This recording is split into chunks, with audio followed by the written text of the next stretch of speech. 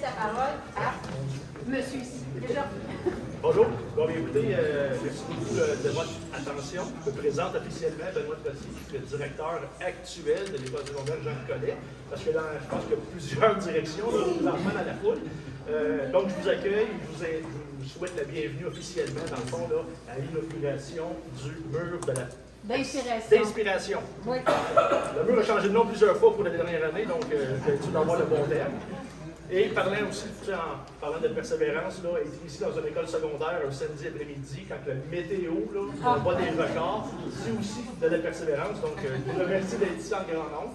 Puis sur ça, je vous dis que je suis très fier de faire partie du projet un petit peu. Je me suis impliqué un petit peu, mais le comité en a fait beaucoup. Donc, sur ça, je vous laisse avec M. Blondin, le directeur général du Centre de service d'ingénierie. Merci, Benoît. Pour ceux qui ont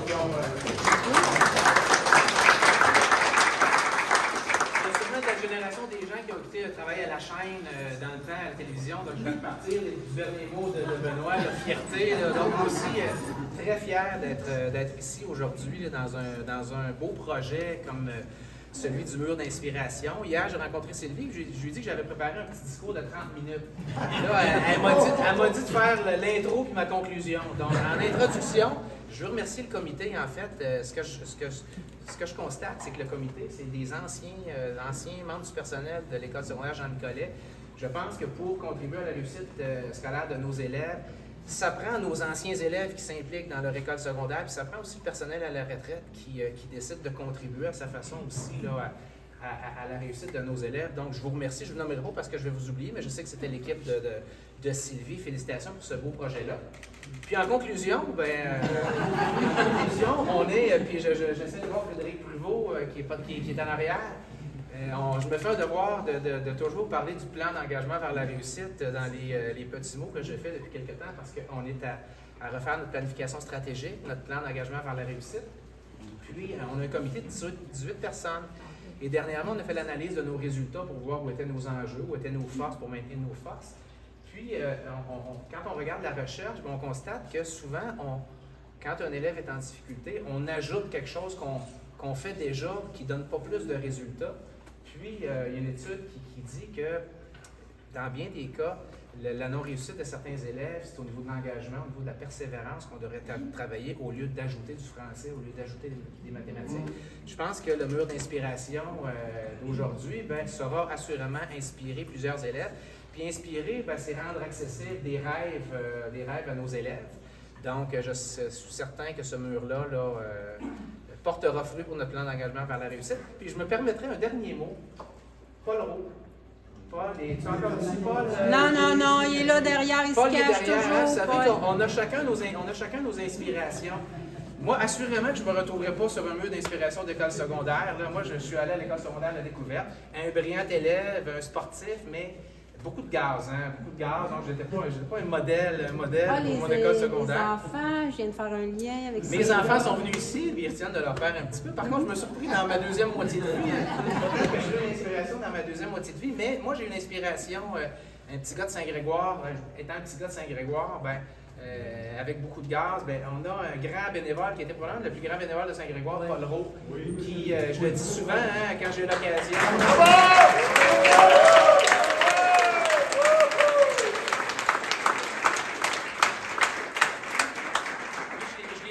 À Paul, il y a bien des fenêtres à Saint-Grégoire qui ne se sont pas fait briser parce qu'ils nous occupaient, Paul. Donc, Paul et moi là, nous ont beaucoup occupés. Puis Paul, c'est un monument de l'école secondaire Jean-Nicolet aussi. Je reconnais plusieurs d'entre vous. Il y a des noms que j'avais entendu parler, que je n'avais pas mis de visage aussi. Donc, je sais qu'il y a d'autres monuments. Mais Paul, qui était à la cafétéria, j'étais pas ici, mais on m'a toujours dit que c'était le centre névralgique, le centre d'information, de communication de l'école secondaire Jean-Nicolet. Je veux juste lever un chapeau à Paul, parce que pour moi, tu as été une belle inspiration pour moi, Paul. Puis si j'ai fait beaucoup de bénévolat dans ma vie, c'est parce que j'ai eu un modèle de bénévolat. Donc, une belle activité à tout le monde. Merci.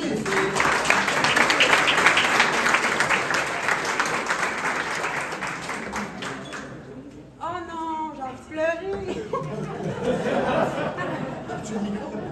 Ben oui, parce que je pleurais. Oh, excusez. Le micro, est-ce qu'il est là? Bon, là, vous allez me voir trembler avec les feuilles, avec le micro, et patati patata. Excusez. Je pensais que ce projet-là était pour prendre 2 mois, c'était pour être réglé. Ça fait 1 an qu'on travaille là-dessus. Je suis donc bien naïve, ou nounoune, ou les deux, on ne sait pas, mais c'est pas grave. Bienvenue et merci d'être là dans cette école si significative pour vous tous et toutes. Je veux dire d'abord merci à mes acolytes, parce que si ces 4 autres personnes-là n'avaient pas été là, Simonac, ça n'existerait pas. Alors, je les nomme toujours comme je les écris en ordre alphabétique. Capitaine Georges Caron, Marc Dion, où es-tu, chérie? Marc Dion, José Roy, derrière là, et Jean-Yves Thibouta. Jean-Yves, qui est où? Il est ici. Merci beaucoup. En fait, on est retraité parce que j'ai eu cette idée-là, ça fait plusieurs années. Mais quand je travaillais à temps plein, j'avais pas le temps de faire ça. Alors, ma retraite m'a permis de commencer ce projet-là. Mais ça ne s'est pas fait en 2 mois, mais je suis hyper contente. J'ai eu aussi de l'aide indispensable de Chloé Catafort, qui travaille à la bibliothèque, de François Malouin, qui est là, de René Lafleur, qui est là, de mon chum Michael Bernier, qui est là-bas, le frère de l'autre. Si je n'avais pas eu ces 4 personnes-là dans ma vie aussi, il y aurait plein de choses qui ne se seraient pas faites parce qu'il y a un site internet qui va avec ça. Donc, merci aussi aux membres du personnel retraité, non retraité, et patati patata.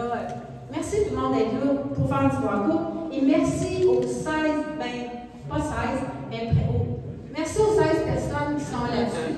Ben, c'est qu'il y a une des personnes qui est décédée, alors merci. Émilie, t'es où? Est-ce qu'elle est arrivée? C'est Monique finalement? Ok, c'est bon. Bref, vous verrez tantôt. Merci, c'est ça aux membres du personnel de notre école.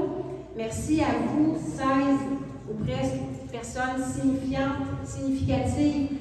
Le but, là, c'est que je veux que les jeunes dans l'école aient des modèles. Et là, il y en a 16 sur ce tableau-là. Et on voulait vous rendre hommage. On veut que les élèves aient une inspiration, mais on veut aussi faire un petit coup pas de publicité, mais montrer que l'école publique, Simonac, on fait du bon monde en pas à peu.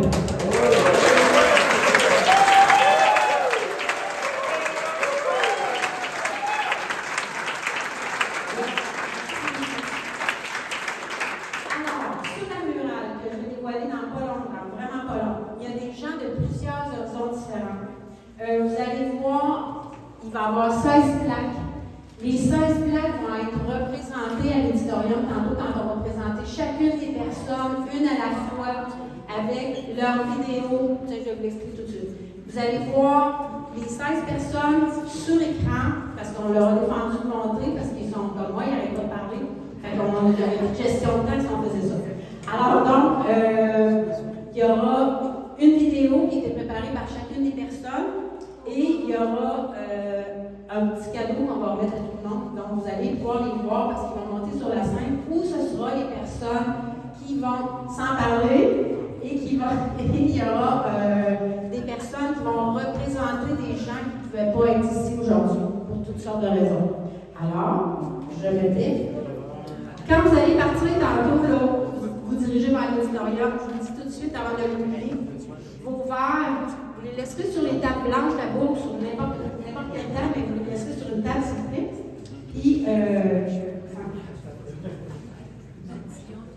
ta-da-da-da-da! J'espère que tout le monde va être content.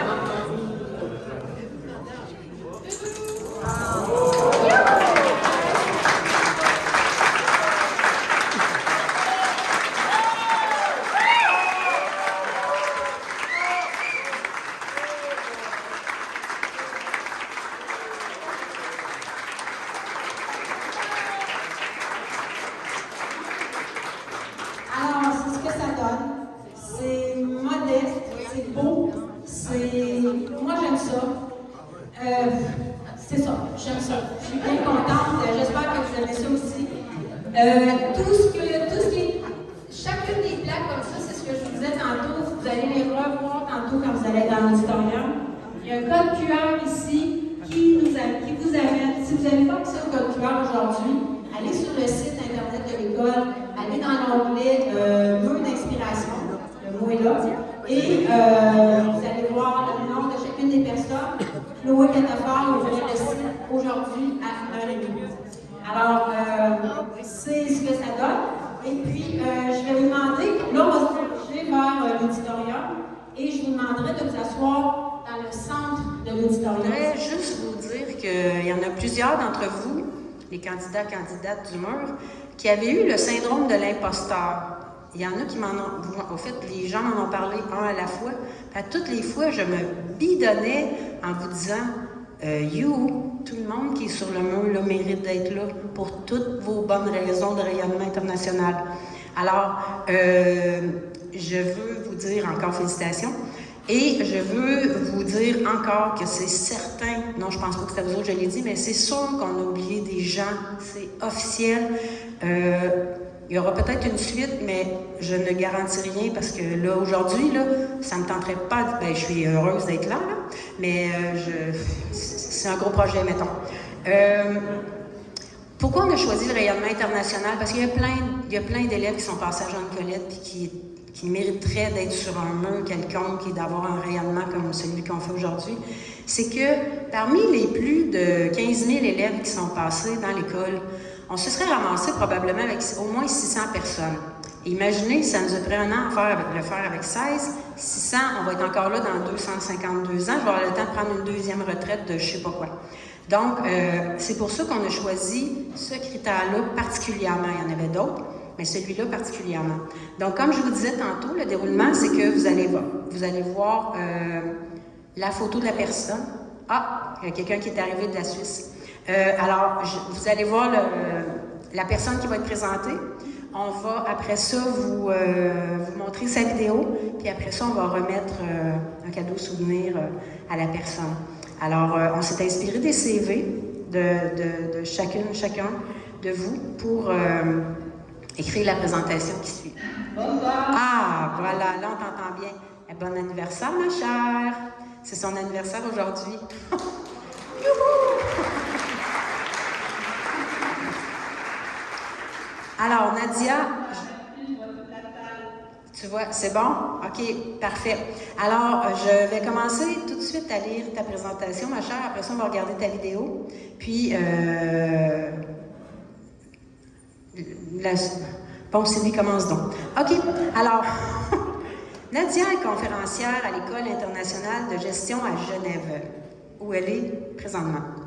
Mais avant tout, elle est spécialiste en communication avec plusieurs organisations internationales à titre de consultante indépendante. Ces organisations internationales sont les suivantes. Franciscans International, défenseur aux Nations Unies pour la protection de la dignité humaine et de la justice environnementale. Elle se donne comme mission de mettre en place et promouvoir un système efficace de protection des variétés végétales afin d'encourager l'obtention de variétés dans l'intérêt de tous. Ensuite, une autre organisation, Alliance Sud, Centre de compétences suisse pour la coopération internationale et la politique de développement. Nadia travaille aussi avec True Heroes Film, qui, pour différentes organisations médiatiques, diffuse la connaissance des droits humains et soutient les défenseurs des droits humains en augmentant leur visibilité. C'est avec cette dernière que Nadia fait des ateliers dans les écoles en collaboration avec la Martin E. Knowles Foundation et Amnesty International. Je l'ai laissé en français, celui-là, c'était plus simple pour moi. Nadia, notre spécialiste en communication, sera dès lors une source d'inspiration pour ceux et celles qui rêvent de justice sociale et de protection environnementale. Alors, on regarde ta vidéo, ma chère. Bonjour à tous, je suis Nadia Giannoli. J'ai étudié à l'école secondaire Jean-Nicolet de 1995 à l'an 2000. Aujourd'hui, on est au mois d'août 2022, j'ai 39 ans et je vis à Genève, en Suisse, avec mon mari et mes 3 enfants. Mon travail, c'est la communication. Si on reprend votre journée, le matin, en vous levant, vous échangez quelques mots avec vos frères et sœurs, vos parents, c'est de la com. Probablement, vous avez déjà regardé votre téléphone, fait défiler les publications de vos réseaux préférés, les informations que vous avez reçues à travers les réseaux, c'est de la com, c'est de la communication digitale. Vous avez peut-être un trajet en bus, vous vous coincez dans le banc de l'autobus, vos écouteurs, et vous n'avez aucune intention de parler à qui que ce soit. Et sans utiliser des mots, votre voisin il va très bien comprendre. Vous lui aurez communiqué un message. Et ainsi de suite. Vous arrivez à l'école, vous rejoignez votre gang, vous saluez le prof, vous entrez dans la classe, le prof qui vous donne le cours. C'est un flux constant de communication, un échange entre vous les élèves, entre vous et les profs, entre les profs. Ensuite, il y a la direction, la communication de la direction avec les professeurs. Si on monte un peu plus haut, il y a la commission scolaire. Et encore plus haut, on va monter au ministère de l'Éducation, le gouvernement. Je suis une spécialiste en communication internationale. Je travaille avec les organisations pour qu'elles puissent communiquer avec leurs bénéficiaires, comme par exemple les défenseurs des droits de l'homme, ou bien les donateurs, ou encore les États membres, c'est-à-dire les pays.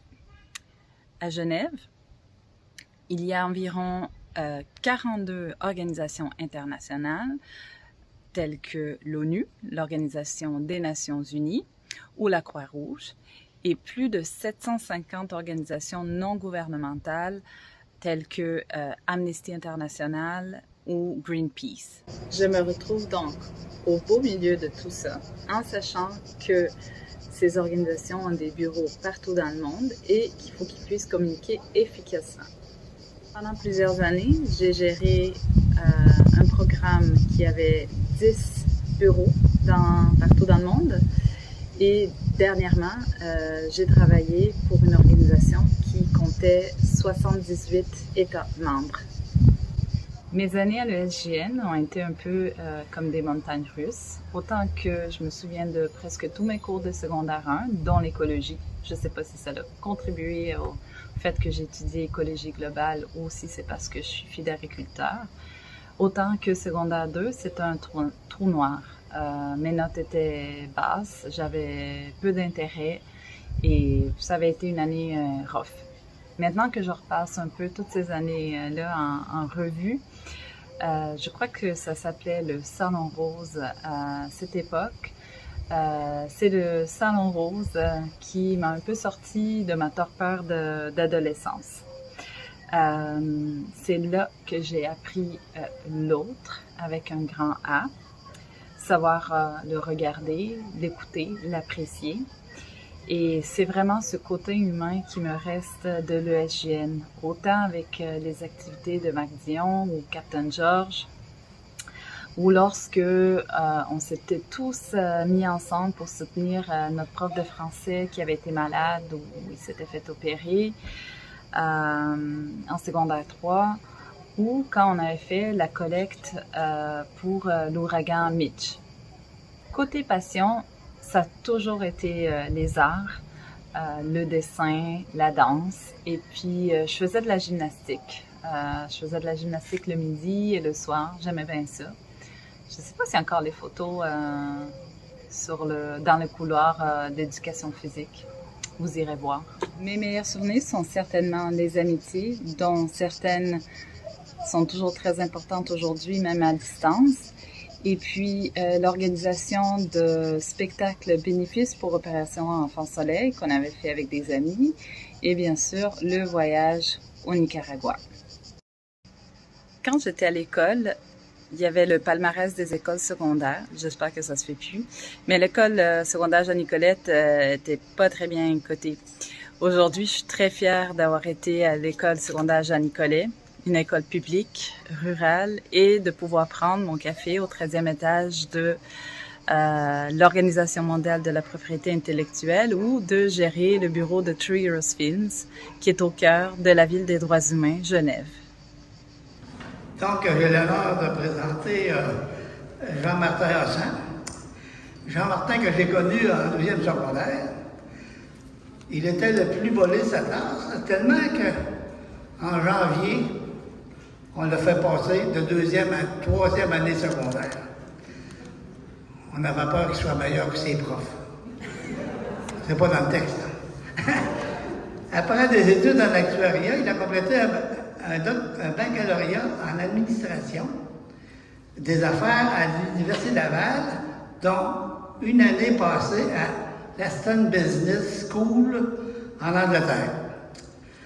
Par la suite, il a fait une maîtrise en sciences économiques à l'Université de Montréal et de scolarité partielle en PhD, en économie mathématique à l'Université de Barcelone.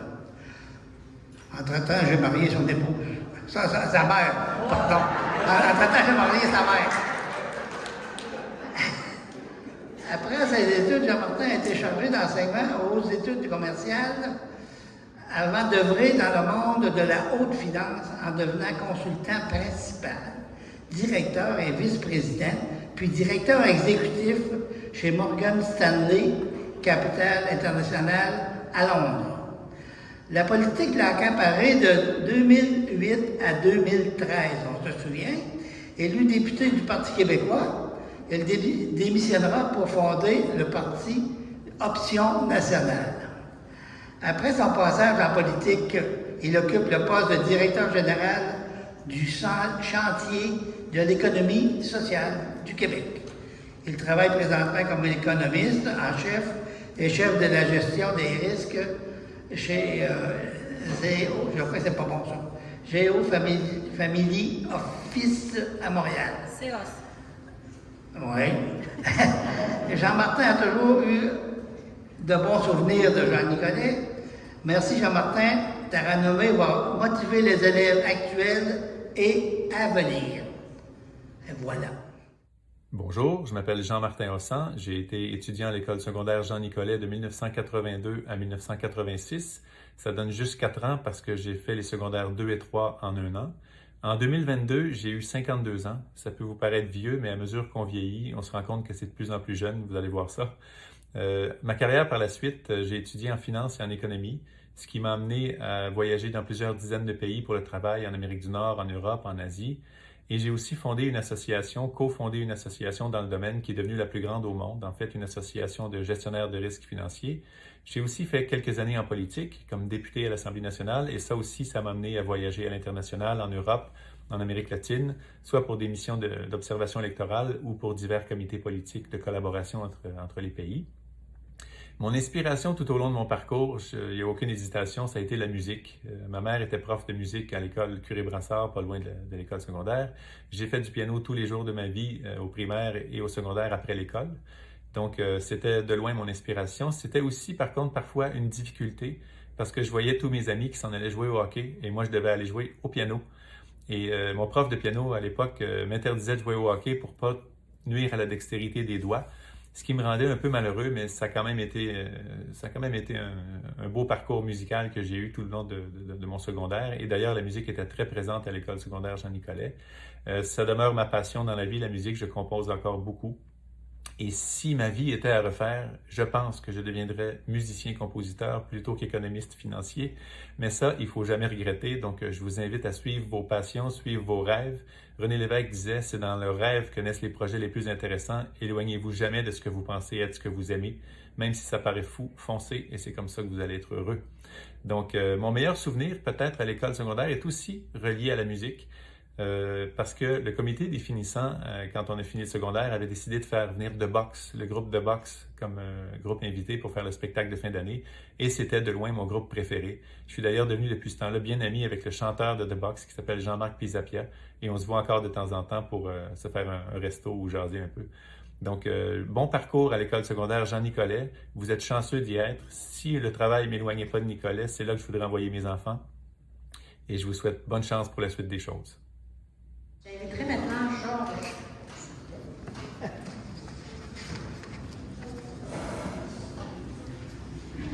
On va sortir par ici, attendez un instant. On va faire le tour par là. La belle Sylvie va nous accompagner.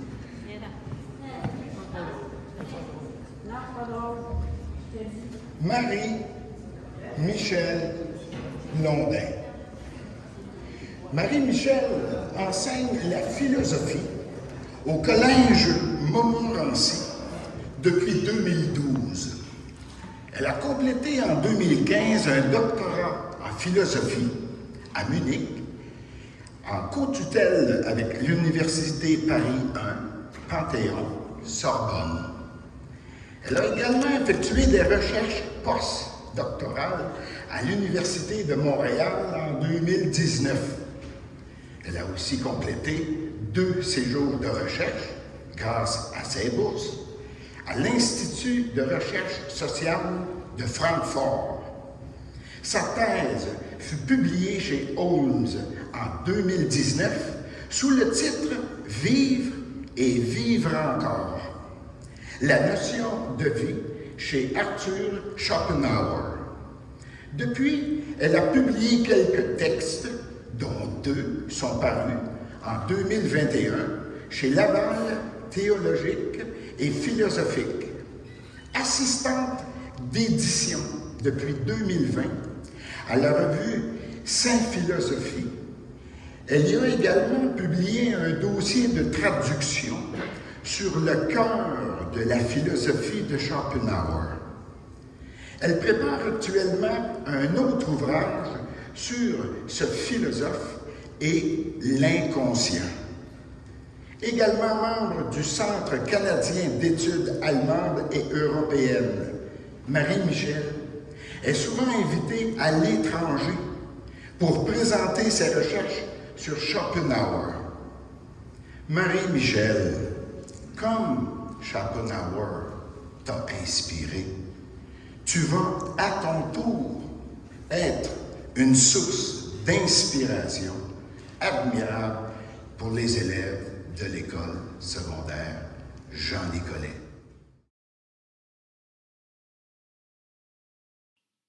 Je m'appelle Marie-Michel Blondin, j'enseigne la philosophie au Collège Montmorency. Je suis une finissante de l'année 2000 à l'école secondaire Jean Nicolet et à l'heure où je vous parle, j'ai exactement 39 ans. J'ai eu un parcours à l'étranger qui s'est amorcé avec mes études supérieures, donc j'ai eu la chance d'étudier à Paris, à New York, à Louvain-la-Neuve en Belgique et puis à Munich. Et aujourd'hui, on m'invite parfois à donner des conférences à l'étranger pour discuter du philosophe que je maîtrise beaucoup, donc je connais beaucoup, qui s'appelle Arthur Schopenhauer.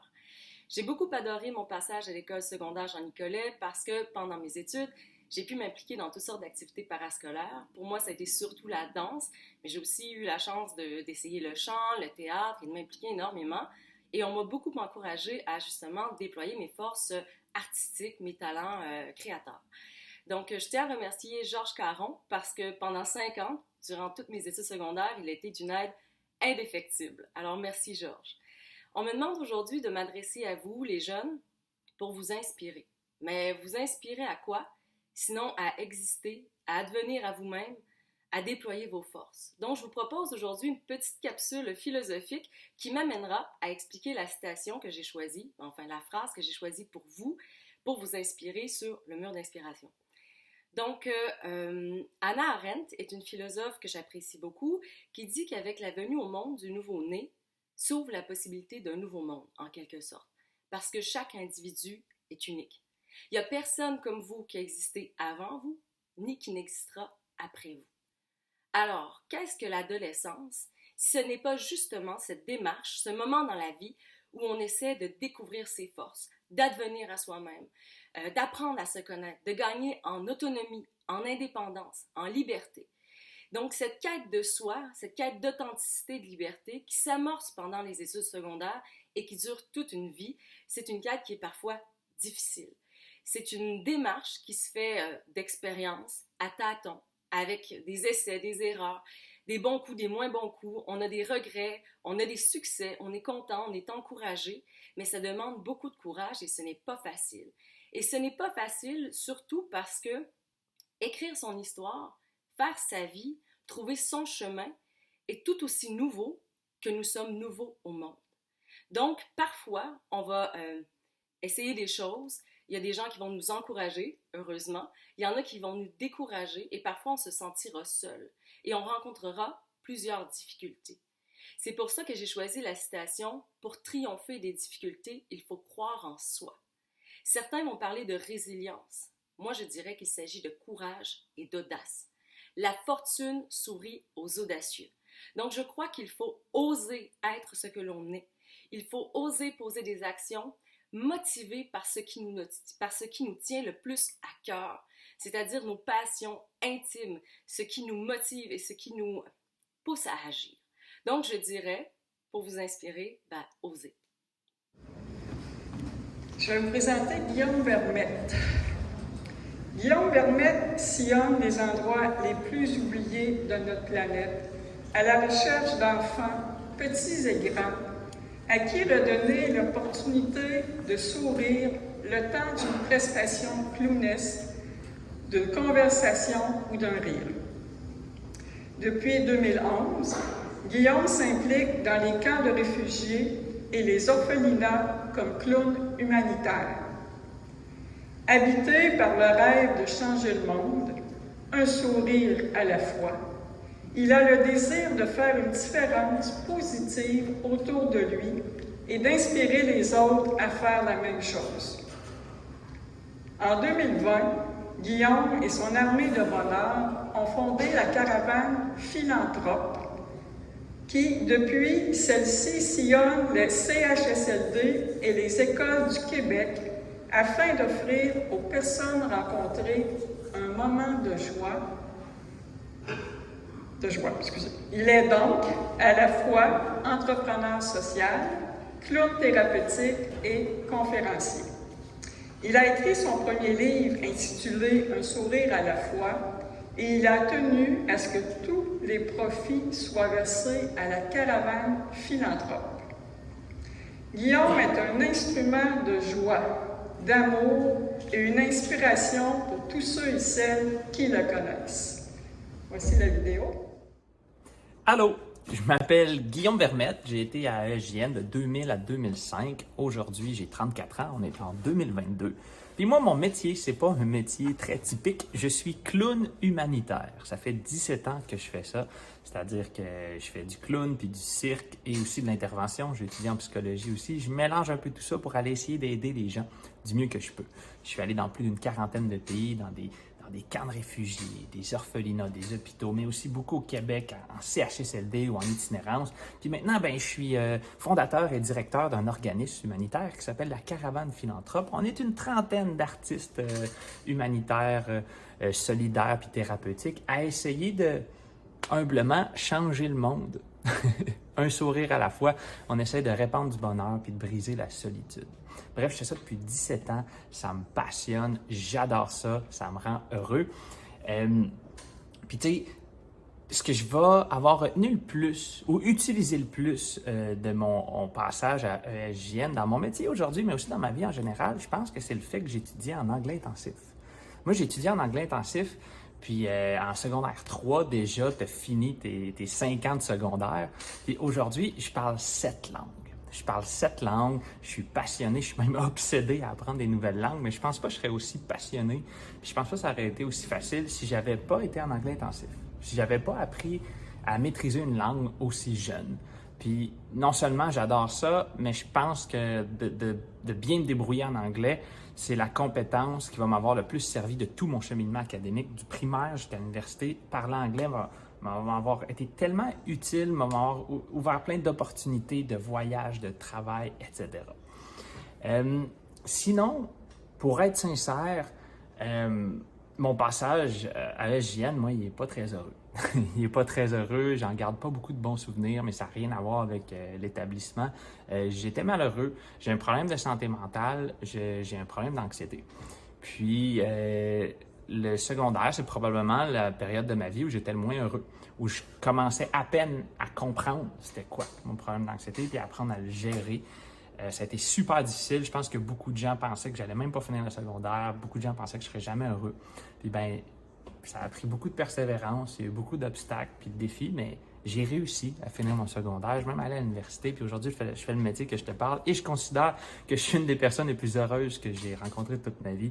Fait que bref, si toi aussi, ça t'interpelle, si toi aussi, des fois, tu vis des problèmes avec ta santé mentale ou d'anxiété ou autre, je veux juste te dire de ne pas lâcher, puis que je comprends, c'est rough par bout, mais il y a un bout à tout ça, puis il y a plein de solutions, puis il y a plein d'outils pour apprendre à gérer ça. Fait que lâche pas, je t'aime, fonce, t'es capable. Puis sinon, Ce que je vais me rappeler le plus, moi je pense pas que c'est un souvenir concret, là, mais je pense que c'est en général, c'est les amis, les connexions humaines, les amis que je me suis fait, les moments de rire, de fun, d'amour. C'est ce que je vais me rappeler le plus. Puis c'est ce que je garde avec moi. Puis quand je repense à ces années-là passées au secondaire, puis quand je revois ces visages-là, puis des moments qu'on a eu à rire aux éclats ensemble, ben, ça me fait sourire. Puis c'est ça que je vais garder avec moi pour toujours. Fait que voilà, c'est tout. Bye! Salut! Salut la gang! Présentation de Francis Gagnon. Oh.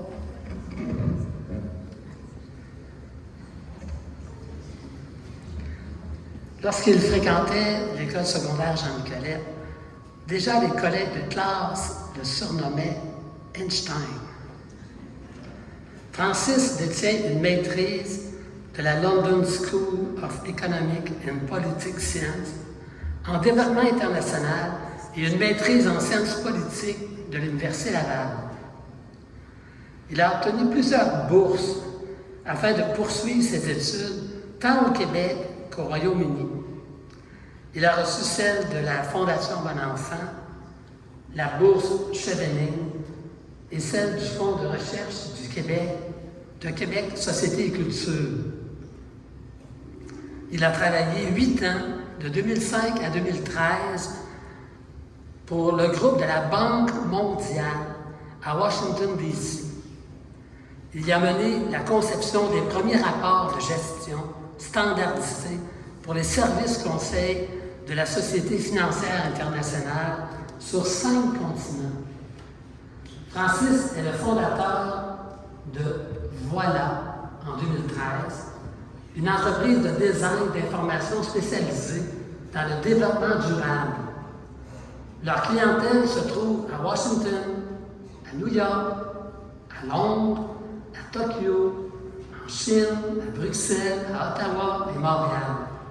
En plus de mener le travail de la firme, il donne des formations et des conférences sur le design d'information et la visualisation de données. Il fut invité à la conférence Tapestry aux États-Unis en 2014 et en 2017, une conférence de 100 leaders de la visualisation de données. Francis habite maintenant à Montréal et est membre de l'Association des économistes québécois. Son parcours est impressionnant pour un petit gars de Saint-Zéphirin et sera sûrement source d'inspiration pour plusieurs de nos élèves. Ici Francis Gagnon. Quand j'habitais à Saint-Zéphirin, j'ai fait tout mon secondaire à Jean-Nicolet de 88 à 93 au sein d'une belle cohorte qui est encore attachée à l'école. Aujourd'hui, on est en 2022, j'ai 46 ans et je vous parle de mon appartement à Montréal. Je suis designer d'information, un métier encore un peu inventé où on utilise des visuels, des diagrammes, des graphiques pour expliquer des choses complexes. On essaie de faire voir pour faire comprendre. Le côté international de mon parcours a commencé avec la course Destination Monde, qui était une émission de télé-réalité à Radio-Canada où on envoyait 8 jeunes de 18 à 27 ans autour du monde pour faire des documentaires à chaque semaine. Et moi, je regardais cette émission-là religieusement. Eh bien, un jour, j'ai eu envie, moi aussi, de faire ma propre course. Donc, en 1996, après mon cégep, j'ai pris l'avion pour la première fois et je suis atterri à Paris, en France. Et de là, d'autobus en train, de taxi en limousine, je me suis retrouvé à Damas, en Syrie. Et dans un sens, je ne suis jamais vraiment revenu de ce voyage-là. Pendant mes études universitaires, par exemple, j'ai participé à la simulation du Parlement européen, où j'ai pu aller à Cracovie, en Pologne, à Strasbourg, en France. Pendant ma maîtrise, j'ai fait un voyage en Suède et j'étudiais l'assistance électorale du Québec au Bénin. Enfin, je suis allé étudier 1 an à Londres pour faire une maîtrise en développement international, ce qui m'a permis, entre autres, de visiter les Balkans, l'Espagne et l'Irlande. Au moment d'entrer sur le marché du travail, j'étais à Montréal et j'ai travaillé sur l'intégration nord-américaine, ce qui m'a permis, entre autres, d'aller à Monterrey, au Mexique. Mais ce n'était pas assez loin pour moi, donc j'ai décidé d'aller travailler pendant 1 an à Genève, où j'ai travaillé avec des Afghans, des Vietnamiens, des Laotiens, des Algériens, des Nord-Coréens et des Irakiens. Et ensuite, j'ai fait le grand saut et je suis allé à Washington travailler pour la Banque mondiale pendant 8 ans. Ce qui m'a permis encore là de faire des voyages aux Pays-Bas, en Autriche, en France, au Luxembourg, en Russie, mais aussi en Afrique comme au Ghana, au Kenya et au Rwanda. Un souvenir marquant de Jeanne Colette, c'est notre voyage à New York. C'était la première fois où j'y allais et je trouvais la ville à la fois excitante et terrifiante. Encore aujourd'hui, je trouve la ville excitante, mais beaucoup moins terrifiante. Parce qu'au fond, on vient tous du même village. Hein? Si on lève les yeux pour regarder au bout de notre rue, puis qu'on pense au prochain coin de rue, puis au prochain coin de rue, ben, tout est connecté. On se rend compte que ces contrées lointaines-là, ben, elles sont du même monde que le nôtre. Alors nous, les Nicolétains, les Nicolétaines, on y appartient autant qu'on en partage la responsabilité. Pas plus, mais pas moins que les autres non plus. Alors, bonne route. Georges, c'est à ton tour, avec Alexandre, qui est en ligne aussi.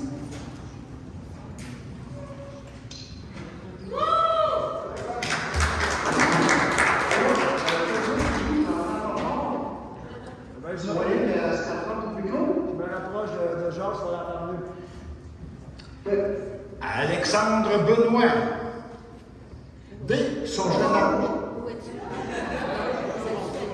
Où es-tu, Alexandre, présentement? Là, en ce moment, je suis à Redmond, dans l'État de Washington, aux États-Unis. On pensait Seattle, dans ce cas-là.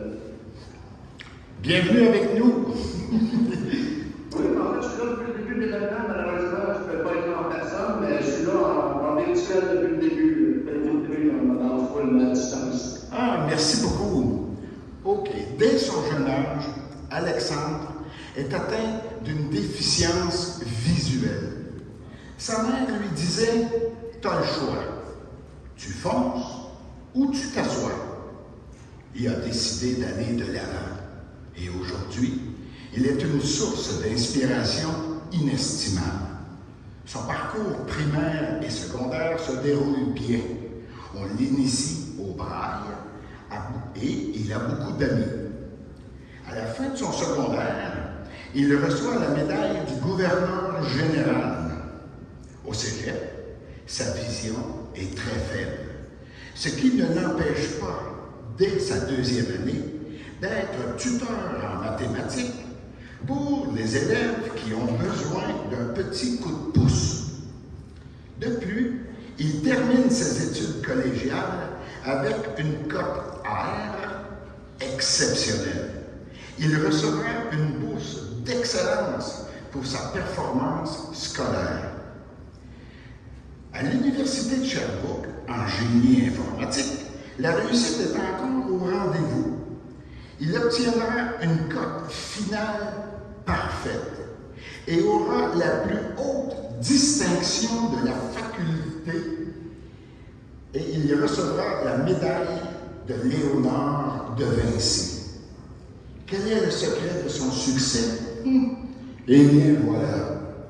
Alexandre se prépare, il va sur YouTube écouter la prochaine session.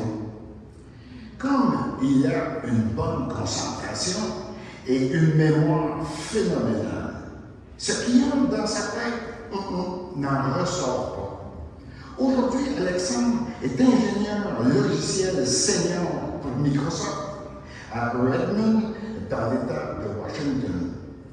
Il a donc, par le fait même, réalisé son rêve de travailler à l'international et d'aider tous les utilisateurs du logiciel Excel. Ah oui, j'oubliais. Alexandre a une invention en instance de brevet. Il en est l'unique inventeur et Microsoft est le propriétaire. Histoire à suivre. Avec une personnalité aussi déterminée, Alexandre, tu es une source inouïe d'inspiration. Voici la vidéo, Alexandre. Je m'appelle Alexandre Benoît, j'ai 27 ans en 2022. J'ai étudié à l'école secondaire Jean Nicolet de 2007 à 2012. Je me souviens dans mes cours de physique quand je rentrais les données dans un classeur Excel pour nos rapports de laboratoire, puis c'est fou de se dire qu'aujourd'hui, je travaille dans Excel. Je suis ingénieur logiciel chez Microsoft, puis Excel, c'est gigantesque. On a au-dessus d'1 milliard d'utilisateurs, puis avec le temps, depuis 30 ans que le logiciel existe, le logiciel est devenu assez compliqué à utiliser. Mon équipe travaille sur des fonctionnalités d'intelligence artificielle pour essayer de rendre ces fonctionnalités-là accessibles aux utilisateurs autant débutants que d'aider les experts à sauver du temps. Un ingénieur informatique, ça fait quoi? Bon, imaginez que vous avez une liste de 15 problèmes informatiques à résoudre, tout en sachant qu'en résolvant le premier, vous pouvez oublier de résoudre le deuxième. C'est beaucoup de compromis, c'est du défi, mais j'adore ce que je fais. J'adore d'être à Redmond, ici dans l'État de Washington, aux États-Unis. Étant complètement aveugle, je me demandais ce que je voulais faire comme carrière. Je savais que je voulais une carrière scientifique. J'aimais l'informatique. Je savais que l'informatique, c'était un domaine prometteur pour les personnes qui sont aveugles. Mais j'aimerais remercier la conseillère en orientation qui m'a déniché un tout nouveau programme au Cégep de Trois-Rivières, Sciences informatiques et mathématiques. Je recommande chaudement le programme pour tous ceux qui veulent aller en informatique. Suite à quoi, j'ai fait génie informatique à l'Université de Sherbrooke. J'ai fait 5 stages, mon dernier étant chez Microsoft. Puis je suis revenu pour une carrière temps plein en ingénieur logiciel dans l'équipe d'Excel. Évidemment, qui dit carrière à l'international dit anglais. Donc, je voudrais aussi remercier les 5 années d'anglais enrichi à l'école secondaire et plus particulièrement les voyages immersifs dont Disney World. Là, vite de même, en tant que travailleur temps plein, si vous me demandiez c'était quoi ma passion à l'école secondaire, je vous répondrais sans nul doute les journées pédagogiques. Plus sérieusement, j'adorais les cours de sciences. Ma passion, c'était de trouver la question que le prof était pas capable de répondre. Alors, c'était pas facile. Un excellent souvenir que je garde de JN, c'est à la toute fin, quand le directeur m'a remis la médaille du gouverneur général. Mais au-delà de tout ça, le meilleur souvenir, c'est la vie étudiante. C'est la journée chaude passée à la ronde, la journée froide passée aux galeries de la capitale, les parties de Noël passées à boire un flotteur après l'autre, les lunchs avec les chums, donc profitez-en, amusez-vous, lâchez pas, puis entourez-vous, parce qu'on ne peut rien accomplir seul. Présentation de Richard Grenier. Après un DEC en technique administrative au Cégep de Trois-Rivières, Richard quitte le Québec pour 6 mois en Amazonie, au Pérou. Dans une léproserie à l'hôpital, pour personnes atteintes de la lèpre, il est reviré comme une crêpe. Sa vie ne sera plus jamais la même. Il y a le Nord, bien sûr, mais il y a aussi le Sud. Pour lui, la solidarité internationale aura désormais des visages. Il poursuit ses études pour devenir enseignant. Après ses stages de formation, il décide plutôt qu'il préparera des jeunes à vivre à l'international, ce qui l'amènera en peu de temps à travailler pour le Comité de solidarité de Trois-Rivières. Par son travail, il visitera et sera en lien avec plusieurs partenaires du Sud global, dont les pays sont sur la photo. Il créera des événements jeunesse pour initier à la solidarité internationale et aux enjeux de l'environnement et de la paix. Richard s'implique aussi depuis plusieurs années dans l'organisation des Journées québécoises de solidarité internationale pour notre région. Il créera aussi, avec des artistes, le projet Changer le monde, une œuvre à la fois. Il vise la clientèle des écoles secondaires. Au Musée de la culture populaire de Trois-Rivières, ces œuvres des jeunes rejoignent un plus vaste public. Un film qui s'intitule Pédagogue de l'espoir le met en scène dans son parcours professionnel et d'éducateur. Quand l'ailleurs interpelle l'ici, ou que le global engage le local, la vie n'est plus jamais pareille. Richard continue d'être une source d'inspiration ici et au-delà de nos frontières. Voici la vidéo. Bonjour, je m'appelle Richard Grenier, j'ai actuellement 46 ans, puis moi je suis allé à l'école secondaire Jean-Nicolette de 1988 à 1993. Après mon secondaire, moi j'ai eu la chance d'aller à l'étranger, de vivre différentes expériences de solidarité internationale et puis ça m'a donné le goût de travailler là-dedans. Alors maintenant, je travaille depuis près de 20 ans au Comité de solidarité Trois-Rivières, qui est une organisation d'éducation populaire et de solidarité internationale. La mission du Comité de solidarité Trois-Rivières, c'est de construire, avec les gens d'ici et d'ailleurs, un monde plus juste, plus équitable, plus pacifique, plus égalitaire, plus écologiste. On fait ça avec différentes activités d'éducation pour créer une conscience ici au Nord des problèmes qui se passent, particulièrement dans le Sud global, et également en co-construisant des projets de solidarité avec des partenaires en Amérique du Sud, en Amérique centrale, en Afrique de l'Ouest, des projets, par exemple, venir en aide aux femmes pour permettre aux populations de s'adapter au changement climatique, pour permettre une meilleure souveraineté alimentaire des populations au Sud. Alors, c'est des projets qui me permettent de voyager, de rencontrer des gens et de garder vraiment vivante la conviction qu'on peut changer les choses. Mes principales sources d'inspiration quand j'étais au secondaire, ce sont des éducateurs qui m'ont marqué, qui ont fait en sorte que j'ai le goût d'être meilleur, curieux d'apprendre et le désir de mieux me connaître également. Donc, je pense à des gens comme Marc, comme Daniel, comme Yvon, comme plein d'autres également. Alors, mes passions quand j'étais au secondaire, moi j'aimais ça être dans des différents comités dans l'école. Alors, j'ai manqué d'ailleurs plusieurs cours à cause que j'étais dans différents comités. J'allais à mes cours avec un popsicle 3 couleurs. Là, je suis désolé, je viens de terminer, c'était tellement bon. J'ai joué au badminton et au basket dans les sudistes. Ça, c'est vraiment été une grande passion pour moi. J'ai plein de souvenirs heureux de mon passage à SJN. C'est difficile de choisir. Premièrement, je voudrais dire que c'est vraiment dans les plus belles années de ma vie. Je choisirais le souvenir suivant. Ça se passe dans les derniers jours de mon secondaire 5.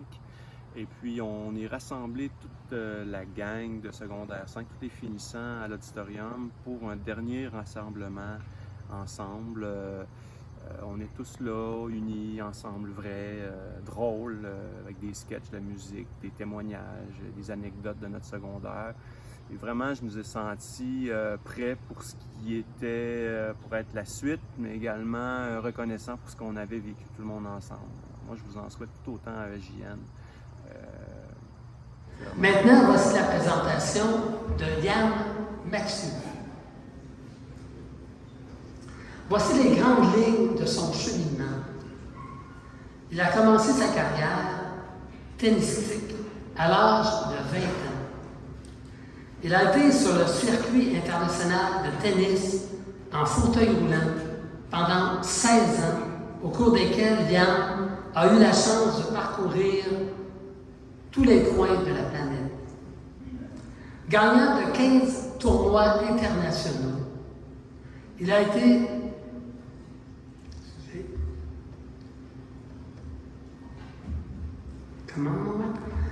champion québécois à 8 reprises et premier Canadien pendant 10 ans. Alors, durant 12 ans, Yann a participé à la Coupe du Monde.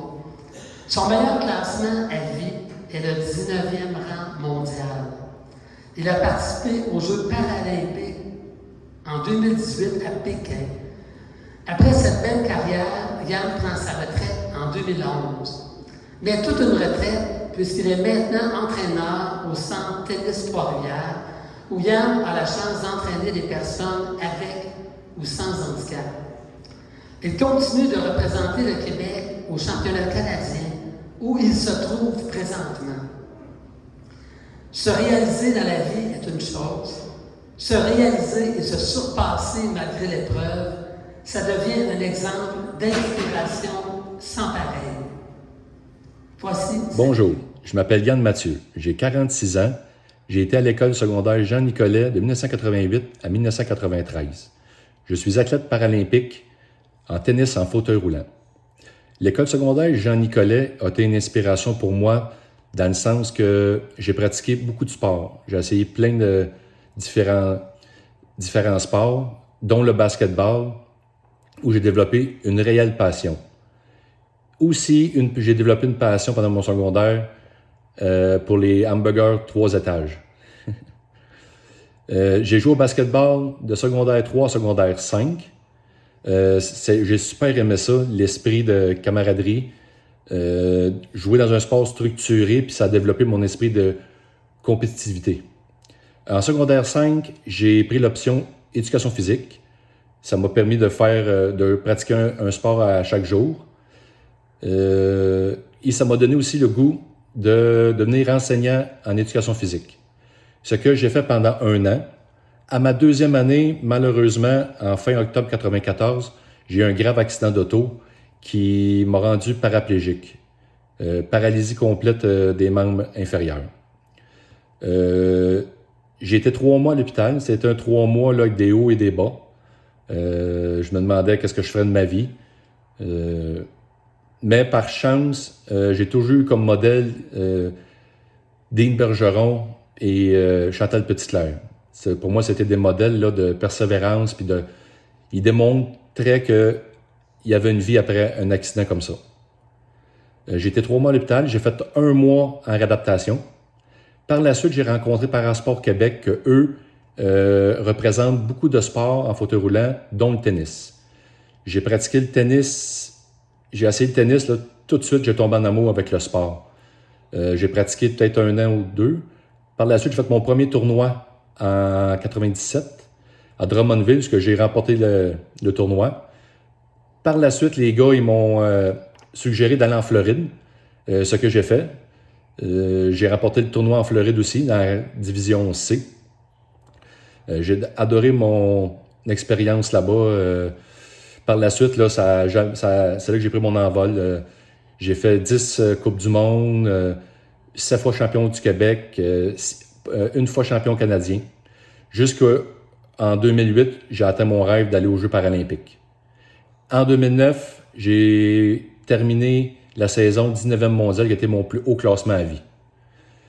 Le souvenir que je retiens de l'école secondaire Jean-Nicolet, c'est l'esprit de camaraderie.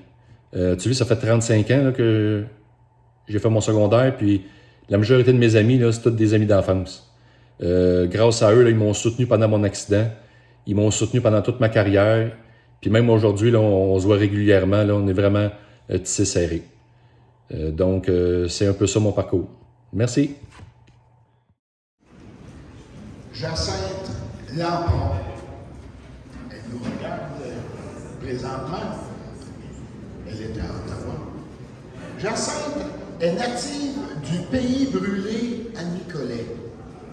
Après ses 5 années à Jean-Nicolet, dont la dernière comme présidente du conseil étudiant et ses études collégiales, elle ira suivre son cours de médecine à l'Université Laval en 1996. Elle fera sa spécialité en chirurgie générale dans le même établissement. Ensuite, à l'Université d'Ottawa et au Collège Royal, Jacinthe obtiendra des bourses pour des études en soins intensifs. Elle complétera sa scolarité en santé publique à Londres. Notre candidate travaille présentement à l'hôpital d'Ottawa en chirurgie générale et aussi comme chirurgienne en soins aigus, tout en étant chef d'équipe en traumatologie. Jacinthe est aussi coroner, membre du Conseil médical du Canada, réserviste pour les forces armées canadiennes et chirurgienne générale pour la défense nationale. En tant que médecin, elle a aussi travaillé ailleurs au Canada, mais également à Kandahar, en Afghanistan, et à San Diego, Californie. Jacinthe a gagné de nombreux prix et a fait de nombreuses publications, ainsi que plusieurs présentations dans différents médias. Avec tous ces défis relevés un à un, Jacinthe, tu es un moteur inspirant pour nos élèves de l'école secondaire Jean-Nicolet.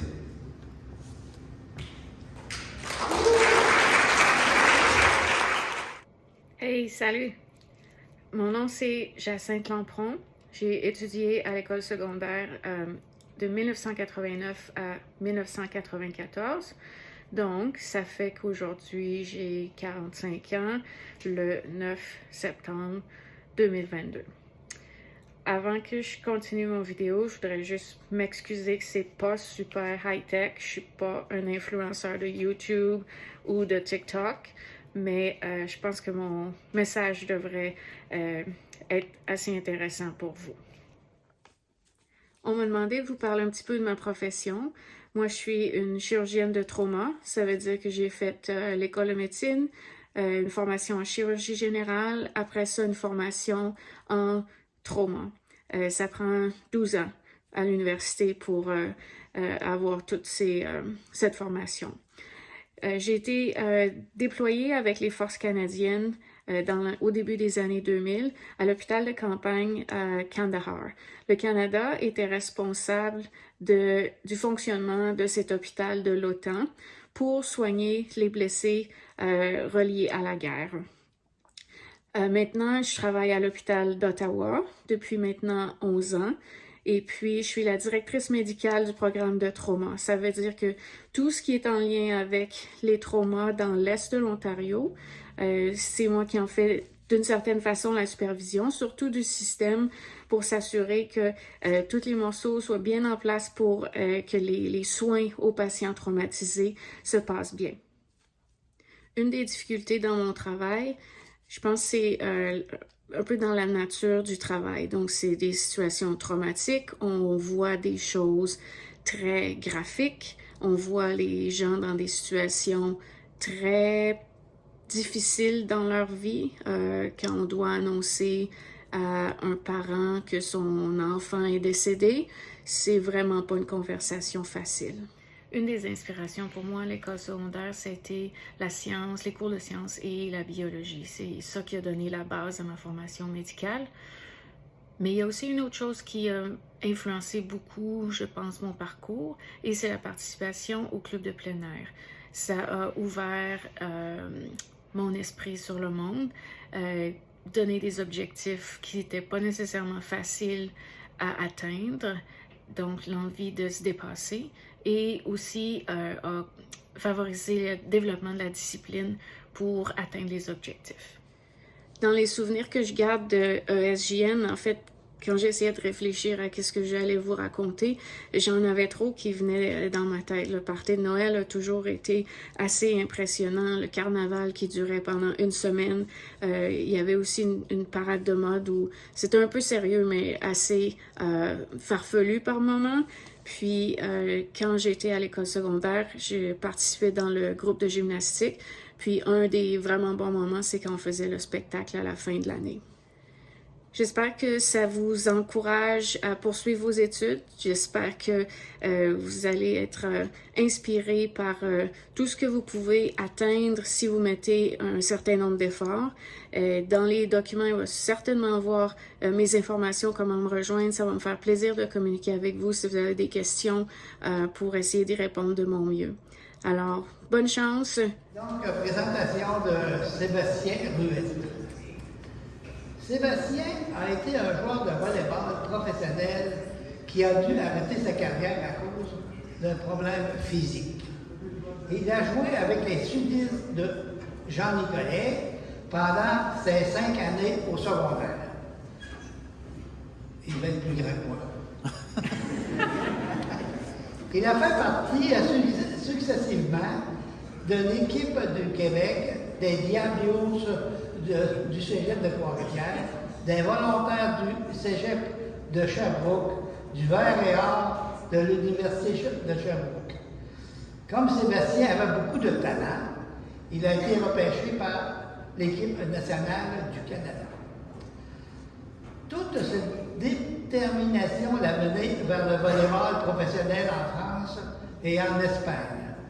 Il a fait l'équipe nationale de France et le club Tour Volleyball de France. Il a été nommé joueur de l'année en 2000, meilleur attaquant en 2003 et 2006. De plus, il a été le meilleur marqueur en 2005 et en 2006. Il a aussi reçu plusieurs reconnaissances comme recrue, athlète par excellence et j'en passe. Bref, j'imagine facilement que sa persévérance se reflète dans sa présente carrière à Sherbrooke au sein de la financière Banque nationale, où il est conseiller en gestion, patrimoine et gestionnaire de portefeuille. Grâce à ta volonté et à ta constance, Sébastien, ta carrière sportive et professionnelle saura en inspirer plus d'un. La vidéo maintenant. Bonjour, mon nom est Sébastien Ruette. J'étais un élève de l'école secondaire Jean-Nicolet de 1989 à 1994. Aujourd'hui, en août 2022, j'ai 45 ans et j'habite à Sherbrooke avec ma famille. Je travaille actuellement dans le secteur de la finance pour la financière Banque nationale et mon poste est conseiller en gestion de patrimoine et gestionnaire de portefeuille. Par contre, si je me retrouve sur le mur d'inspiration ESJN, c'est pas grâce à mes exploits dans ma carrière actuelle en finance, mais plutôt que dans mon ancienne vie. J'ai eu le privilège d'évoluer comme joueur de volley-ball professionnel et même dans des équipes nationales. Donc, si vous me permettez un léger retour en arrière, moi j'ai débuté le volley-ball à l'école secondaire Jean-Nicolet. J'ai joué les 5 saisons, secondaire 1 à 5 pour les sudistes. Dès le départ, là, ça a été une véritable passion pour moi, le volley-ball. Puis avec mon équipe, on a participé à plusieurs championnats provinciaux, aux Jeux du Québec et même à un championnat de l'Est du Canada. À ce moment-là, j'avais visionné des matchs de volley-ball à la télé, que ce soit des matchs professionnels ou même de l'équipe du Canada. Puis j'avais même assisté là, en personne à un match de l'équipe du Canada. Puis j'ai commencé à avoir un rêve de devenir moi-même un joueur professionnel. Après avoir obtenu mon diplôme, j'ai franchi les étapes une à une pour atteindre mes objectifs. Premièrement, j'ai été choisi sur l'équipe du Québec en 1994. Ensuite, j'ai évolué au niveau collégial 3A, universitaire. Puis en 1998, j'ai été sélectionné pour la première fois sur l'équipe du Canada. Par la suite, j'ai complété mes études en administration des affaires à l'Université de Sherbrooke. Puis en 2000, j'ai signé mon premier contrat professionnel avec le Paris Volley, qui est une équipe de première division là, en France. J'ai passé 4 saisons là-bas. Ensuite, j'ai déménagé en Espagne où j'ai évolué là, en première division pour le club de Palma de Majorque. Puis enfin, après 2 saisons là-bas, je suis retourné en France pour l'équipe de Tours Volleyball. Puis durant les 7 saisons où j'ai évolué là, en France et en Espagne, on a gagné 8 championnats et coupes. Puis on a gagné également 2 Coupes d'Europe, dont la Ligue des champions là, en 2000 avec le Paris Volley. Parallèlement à ma carrière là, de joueur professionnel, j'ai évolué également là, pour les équipes nationales, soit l'équipe canadienne et l'équipe de France, parce que j'ai la double nationalité, mon père étant français. Donc j'ai joué une centaine de matchs internationaux. Ça m'a permis là, de voyager dans plus de 25 pays. Également de disputer un championnat du monde en 2002 en Argentine, une Coupe du monde en 2003 au Japon. Puis on a également disputé là, la Ligue mondiale de volleyball qui avait lieu dans plusieurs pays. À ce moment-là, je portais les couleurs de la France, puis on a terminé 2e, qui est pas mal mon meilleur résultat là, en carrière. Une de mes inspirations là, à l'école secondaire Jean-Nicolet, c'était les cours de mathématiques. Il y avait un professeur que j'avais beaucoup apprécié, il s'appelait Jacques Beaulac. J'adorais, moi, résoudre des problèmes, faire de l'algèbre.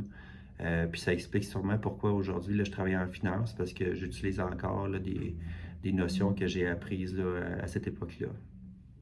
À l'été 98, j'ai fait mes débuts avec l'équipe du Canada, donc tout allait vraiment bien pour moi. Ensuite, je suis retourné aux études à l'université de Sherbrooke là, à l'automne. C'est là que j'ai vécu une période vraiment plus difficile, à la suite d'une grave blessure au genou là, qui est survenue au 2e match de la saison. Ma carrière sportive était même compromise. Moi, j'étais pas prêt à abandonner mon rêve, alors j'ai décidé de persévérer. Puis après avoir subi une opération au genou, j'ai travaillé très fort en physiothérapie, puis ça m'a permis de revenir au jeu environ 10 mois plus tard. Heureusement, j'étais bien entouré, j'avais un bon groupe d'amis, j'avais ma conjointe et ma famille, puis ça m'a permis de passer au travers puis d'atteindre mes objectifs. Une de mes passions à l'école secondaire Jean-Nicolet, autre que le volleyball et les sports intramuros sur l'heure du dîner, c'était de jouer aux échecs. Mon autobus m'arrivait très tôt à tous les matins.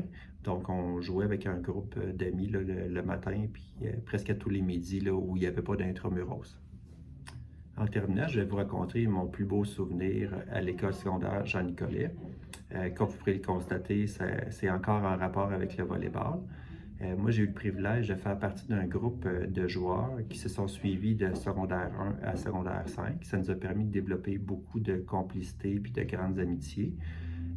Également, nous étions dirigés là, par les mêmes entraîneurs, Marc Lucie et Manon Dano, durant nos 5 années.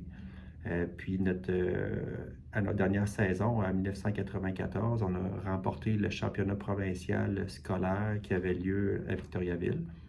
Puis si vous regardez dans les hauteurs du gymnase, vous pourrez certainement voir notre bannière de champions provinciaux 1994. Merci beaucoup. Notre prochaine candidate, Nicole, dès son entrée en 3e secondaire, à la toute nouvelle école, alors appelée polyvalente, Jean-Nicolet, Nicole s'impliquait dans le comité pastoral et l'organisation d'activités diverses, dont des ateliers de danse folklorique. Nicole a étudié en anthropologie. Par la suite, elle est devenue directrice du musée des Abénaquis, poste qu'elle occupa pendant près de 20 ans. On lui doit également l'agrandissement et la mise aux normes de cet équipement culturel en 2006. Nicole a aussi voyagé pour partager ses connaissances et sa passion envers la culture autochtone et le patrimoine abénaki, tant aux universités de Séville et Madrid qu'en Suisse, au Mexique, au Brésil, au Chili et dans plusieurs villes de France, dont la dernière, visite à Paris au musée du Quai Branly le 25 avril dernier.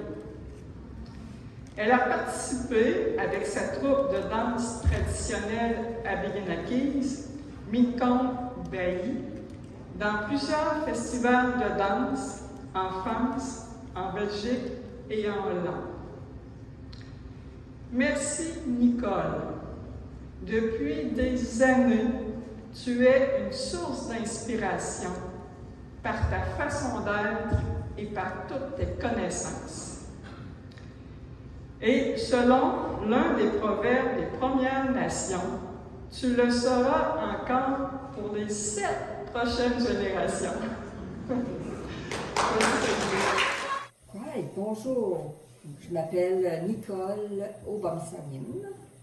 Je suis abénaki d'Odanak et puis je suis allée à la polyvalente Jean-Nicolette en 1968 jusqu'en 1970. Donc, dans la première année où ça venait d'ouvrir. Une école toute neuve. Donc, j'ai 69 ans.